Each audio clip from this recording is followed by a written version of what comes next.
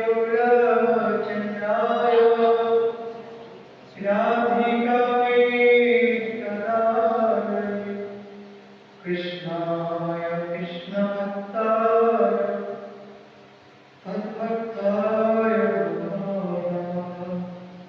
वञ्चाकल्पतरुश्च कृपासिन्धुभ्येव च पतितानां पावनेभ्यो वैष्णवेभ्यो नमो नमः। वन्दे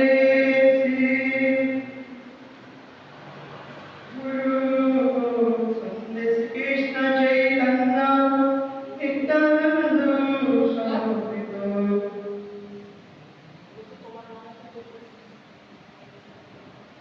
गौरहरे पुष्पवन्तो चित्रशब्दो जय श्री कृष्ण चैतन्य प्रभु नित्यानंद श्री अद्वैत गदाधर श्रीवासादि गौरभक्तवृन्द। हरे कृष्ण कृष्ण कृष्ण हरे हरे हरे राम राम राम हरे हरे। आज भगवान श्री रामचंद्र शुभ आविर्भाव तिथि रामनवमी महादिवस। आज के भगवान रामचंद्र জীবের কল্যাণের জন্য মঙ্গলের জন্য সমস্ত জীবের শান্তির জন্য জন্ম জন্মান্তরে বয়ে নিয়ে আসা তিতাপের যন্ত্রণাকে দূর করবার জন্য নিজে আচরণ করে জগতে ধর্ম প্রচার করে দিয়েছেন। আজ সনাতন ধর্মের পরম আনন্দের দিন, পবিত্র দিন। ভগবান যখনই দেখেন পৃথিবীতে ধর্মের গ্লানি হচ্ছে, সদস্যদের উপর অত্যাচার বেড়ে চলছে, সেই সময় তিনি আর থাকতে না পেরে ধরাধামে আসেন। আজকের এই শুভ তিথিতে এসেছিলেন ভগবান শ্রী রামচন্দ্র। তিনি এসেছিলেন অযোধ্যা নগরীতে, তিনি এসেছিলেন কৌশল্যার গর্ভে দশরথ মহারাজের পবিত্র গৃহে সরযূ নদীর তীরে। আজ যে শুভ তিথি, শুভ দিন, শুধু ভারতবর্ষ নয়, সারা পৃথিবীর মানুষ এই সুন্দর পবিত্র তিথিকে উদযাপন করে, তিথিকে পালন করে তারা ধন্য হচ্ছেন, সুখী হচ্ছেন, অপরকেও ধন্য করছেন। ভগবান কৃষ্ণ গীতায় বলেছেন, যদা যদা হি ধর্মস্য গ্লানির্ভবতি ভারত অভ্যুত্থানাৎ অধর্মস্য তদাত্মনঃ সৃজনঃ পরিত্রাণায় সাধনানাং বিনাশায় দুষ্কৃতাং ধর্ম সংস্থাপনার্থায় সম্ভবামি যুগে। ভগবান তিনি এক এক যুগে এক একটি রূপে, একটি রঙে আবির্ভূত হয়েছেন এই ভারতভূমিতে। এই জন্য ভারতভূমি পূর্ণভূমি ভগবান রামচন্দ্রের আবির্ভাব। তিনি দুর্বা দল শ্যাম রাত্রবর্ধন, তিনি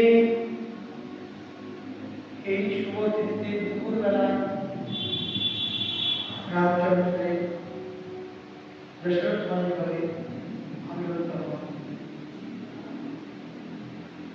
যোগ লগ্ন গ্রহ বার তিথি সকলে অনুকূল হয়ে গেল। স্থাবর জঙ্গম সমস্ত আনন্দ ছড়িয়ে পড়ল। রামচন্দ্রের জন্মগ্রহণ মাত্রে সমস্ত জীবের সুখে আর সীমা রইল না। পবিত্র চৈত্র মাস নবমী তিথি শুক্লপক্ষ ভগবানের অতি প্রিয় অভিজিৎ মুহূর্ত উপস্থিত হল। দ্বীপহর গান শীত তাপে পরিমিত সুখানুভূতি সেই পবিত্র কাল সর্বলোকের জন্য শান্তি প্রদায়ক ছিল। আজকের যে তিথি, যে সময় সমস্ত লোকে শান্তি প্রদায়ক তিথি ও সময়।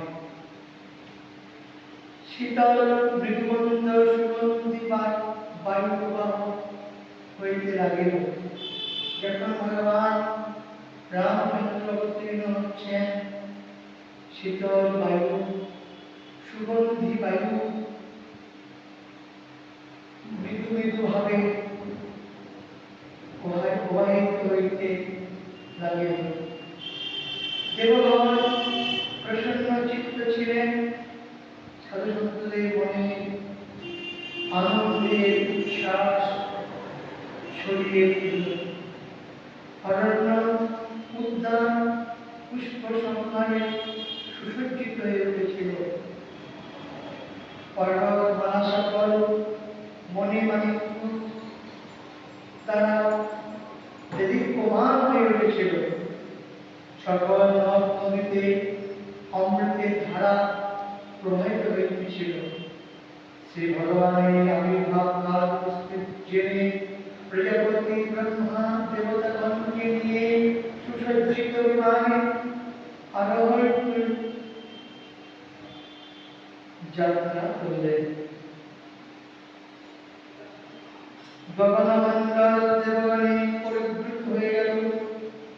গন্ধর্বগণকে হরিগানে মত্ত হতে দেখা গেল। তারা সেই প্রভুর উদ্দেশ্যে সুন্দর করে পুষ্পাঞ্জলি বর্ষণ করতে থাকলেন।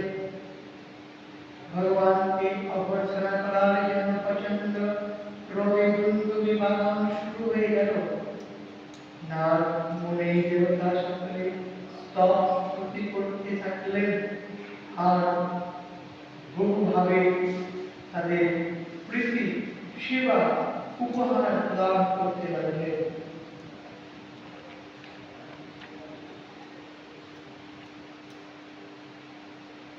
দীনবন্ধু পরম করুণাকর কল্যাণমূর্তি ভগবান কৌশল্যার ধারা নামে অবতরণ করলেন। কৌশল্যার মাতা কৌশল্যার দেহেতে জ্যোতি প্রকাশিত হইতে লাগিল। আনন্দে পরিপূর্ণ হয়ে গেলেন।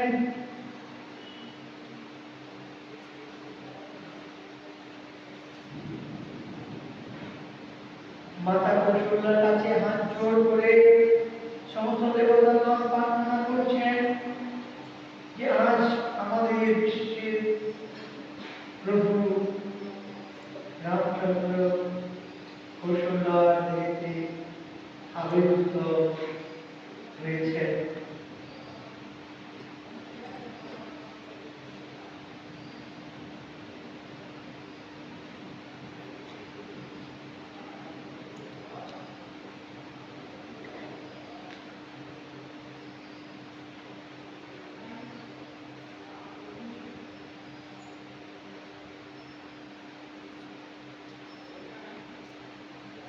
মাতা কৌশল্যা পর জোরে স্তব করতে লাগলেন, হে অনন্ত বীর্য, আপনার স্তুতি করার ভাষা আপনার জানি।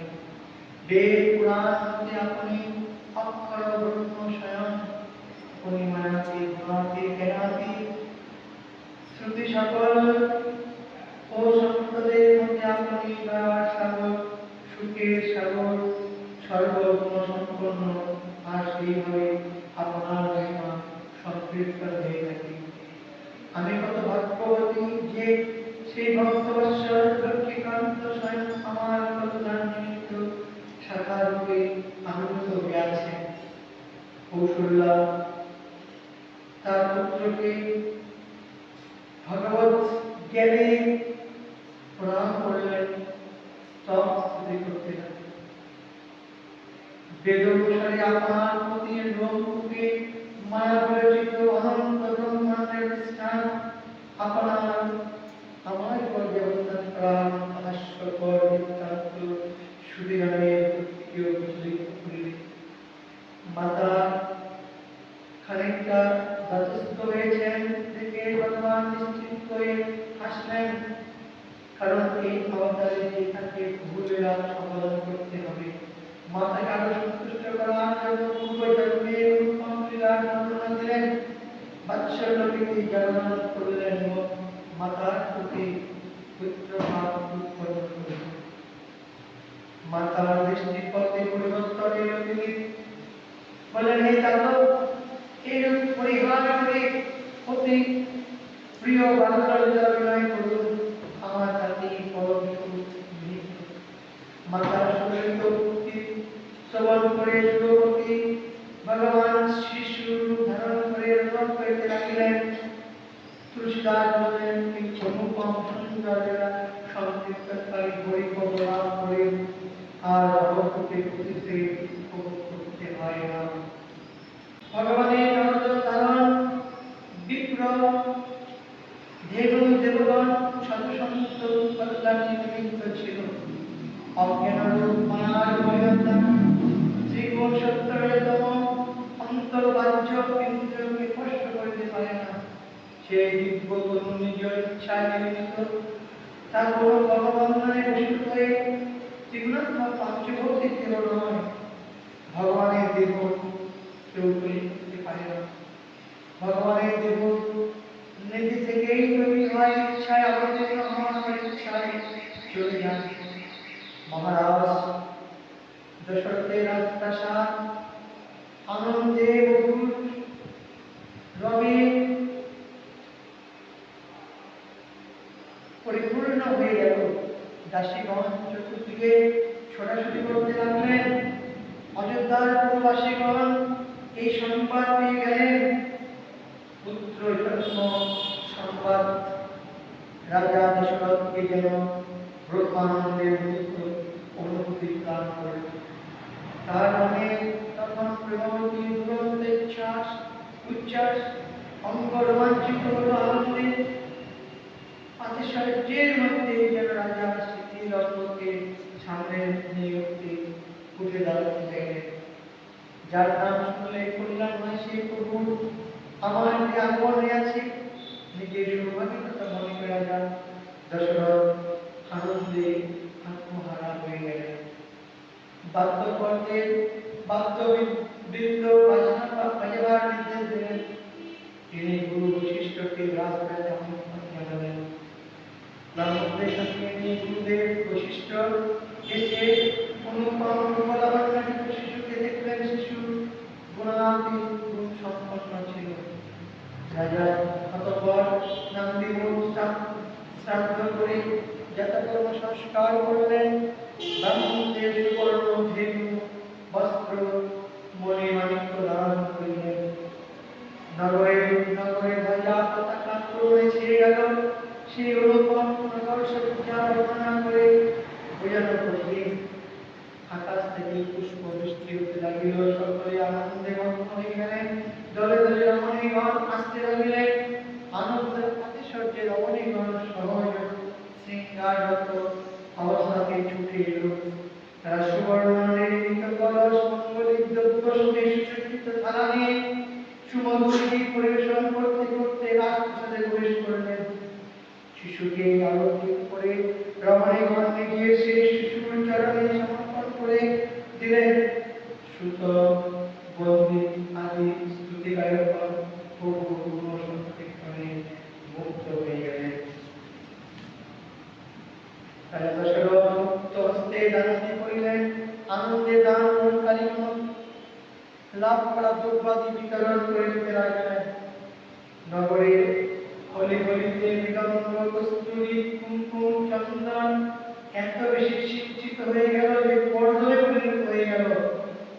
গৃহে গৃহে পুত্র জন্ম একটু আনন্দ হতে লাগলো, কারণ সুষমা রাজি ভগবানের যে আবির্ভাব হয়েছে, বিভিন্ন দলে দলে নারীবৃন্দ পরিপূর্ণ হয়ে গেল। রানী কৈকেয়ী ও সুমিত্রা দুজনেই সুন্দর পুত্রদের জন্মদান করলেন। তখন তার সুখ সম্পদ কাল পরিস্থিতি বর্ণনা করা কবির পক্ষে বড়ই কঠিন। দেবী সরস্বতীর সর্বনাশ শেষ নাগের পক্ষ সম্ভব নয়। অযোধ্যাপুরীর তখন অনুপম শোভা শিবপুর সঙ্গে মিলিত হওয়ায় ইচ্ছায় রজনী যেন সূর্য দেখে শতপথ খেয়ে সন্ধ্যা রূপে বিরাজমান হয়ে গেল। ধূপ ধুনায় ধোয়া চারিদিকে অন্ধকার, আর তার মাঝে আমি উঠছে, মনে হচ্ছে যেন সন্ধ্যার অন্ধকারে সূর্যের অস্ত আচলে গমনের করুণে ছড়াচ্ছে। তাহারই মধ্যে রাজপ্রাসাদের মণিমাণিক্য সকল তারার মতো জ্বলজ্বল করছে। রাজপ্রাসাদ সূর্যের সুবর্ণ কলসকে দেখে মনে হচ্ছে ভবনে পূর্ণ চন্দ্র সমহিমায় বিরাজমান হয়েছে। রাজপ্রাসাদের ভিতর থেকে ভেসে আসা সুরলিত বেদকণ্ঠ ধ্বনি সন্ধ্যাকালে বেদপুতুলের বরখান মনে হতে লাগিল। এই কৌতুক প্রত্যক্ষ করে সূর্যদেব নিজের গতি ভুলে গিয়েছিলেন। 1 মাস কাল হয়ে গেল, তিনি জানতে পারলেন না। সূর্যদেব দাঁড়িয়ে গেলেন 1 মাস ধরে। দিবাকাল মাস পর্যন্ত বিস্তৃত হল, এর রহস্য সকলেরই অজানাই রয়ে গেল। সূর্য রহস্য সেই স্থানে অবস্থান করে থাকলে সেই রাত্রে আগমনের শূন্যই রহিল না। এই রহস্য কেউ জানতে পারিল না। সূর্য দেবতা ভগবান রামচন্দ্রের মহিমা গান করতে করতে এগিয়ে গেলেন। দেবতা মুনি নাগগণ এই মহস্য প্রত্যক্ষ করাকে নিজ পরম সৌভাগ্য জেনে নিজ নিজ ভাবে নমন করে। আমি জানি যে ও রামচন্দ্রের পাদপদ্মে তোমার অনন্য ভক্তি, তাই তোমাকে একটা নিজের গুপ্ত কথা বলবো, তুমি শোনো। তারপর ভূষণ আর আমি ও প্রথম সেইখানে ছিলাম। নরদেহে ছিলাম বলে চিনিতে পারি নাই। প্রেমকীর্তি রঞ্চিত পরম আনন্দ যুক্ত হয়ে আমরা আত্মবিস্মৃতি হয়ে গিয়ে পথে পথে ঘুরে বেড়াচ্ছিলাম। এই শুভ বিখ্যাত প্রভুর কৃপা থাকলে যারা সম্ভব হয়, তখন যে যেমন চেয়েছেন আর যারা যার ইচ্ছা ছিল রাজ মহাশয় সবে পরিপূরণ করিয়াছিলেন। দানবস্তুর মধ্যে বজ্র বস্ত্র, রথ, ধেনু বস্ত্র, সুবর্ণ হীরা সবই ছিল। মহারাজ দশরথের কাছে অনিশ্চিত বস্তু সকল লাভ করে সকলে প্রসন্নচিত্ত হয়ে তুলসী দাসের প্রভু পুত্র যুধিষ্ঠিরকে চিরজীবী হওয়ার আশীর্বাদ দিলেন। কালচক্র ঘুরে চলল, সকলে অলক্ষিতে দিন রাত কেটে যেতে লাগল। নামকরণ তার দিকে মহারাজ মুনিবর বশিষ্ঠদেবকে ডেকে পাঠালেন। মুনিবর আসতে মহারাজ যথাবিধি পূজা অর্চনা করলেন। অতঃপর তিনি বললেন, হে মুনিবর, বলুন কি নাম রাখা যায়? মুনিবর বললেন, হে রাজা, এদের তো বহু অনুপম সুন্দর নাম আছে, তো আমার বিচার অনুসারে আমি বলছি, আপনার পুত্রগণ সুখরাজ রাশি সম্পন্ন আনন্দ সাগর, এই সাগরে এক বিন্দু ত্রিলোককে সুখ সমৃদ্ধ করিতে সক্ষম। সুখধাম বিশ্ব চরাচরে শান্তিদাতা আপনার জ্যেষ্ঠ পুত্রের নাম রাখা হোক রাম। জগত ভরণ পোষণকারী আপনার দ্বিতীয় পুত্র ভরত, আর যাকে স্মরণ করলে শত্রু বিনাশ হয়ে যায়, বেদ সমর্থিত শত্রুঘ্ন। এরপর দেব গুরু বিশিষ্ট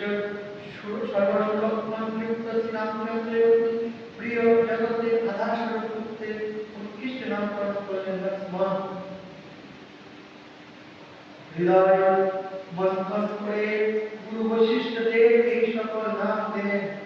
নিরঞ্জন তোমার পুত্র চতুষ্টয় মূর্তিমান বেদদত্ত সাক্ষাৎ পরাৎপর ভগবান। তারা মুনি ঋষিদের সম্পন্ন ভক্তদের সর্বস্ব দেবতাদের মহাদেবের প্রাণস্বরূপ এক্ষণে তোমাদের সীমাদেবকে বাল্যলীলা প্রশাসন করে দিচ্ছু। বাল্যকাল থেকে লক্ষ্মণ অগ্রজ শ্রীরামচন্দ্রকে নিজ পরম হিতাকাঙ্ক্ষী প্রভু জানিয়ে তাহার চরণে প্রীতি ধারণ করিলেন। ওদিকে ভরত শত্রুঘ্নের মধ্যে প্রবোধ সেবক সম্বন্ধ সৃষ্টি হয়ে গেল। উভয় যুগলই শ্যাম ও প্রভু ছিলেন। সেই ভাতৃগণের অনুপম সৌন্দর্য সকলকে মোহিত করতে লাগলো। জননীর সকল নজর দ্বারা থেকে সন্তানকে রক্ষা করার জন্য তৃণচ্ছেদন পূর্বক সন্তানদেরকে দিয়ে তাহাদের ভাতৃনিষ্ঠায় গুণ ও গুণ ও সদাচার ধাম ছিলেন। তবু যেন সুখসাগর শ্রীরামচন্দ্র তাদের মধ্যে ছিলেন অন্যতম। তার অন্তরে ছিল কৃপালু চন্দ্রালোকে স্নিগ্ধতা। তার নীতি হাস্য ছড়িয়ে পড়ত। মাতা সন্তানকে কখনো অঙ্গে কখনো গোলায় সঙ্গে বাছা মার বলে আদর করতেন। যিনি সর্বব্যাপী নিরঞ্জন মায়াতীত নির্গুণ হর্ষ বিষাদ বিরহিত অজব্রহ্ম, তিনি প্রেম ও ভক্তির বশীভূত হয়ে মাতা কৌশল্যাকে ক্রিয়া করিয়াছিলেন।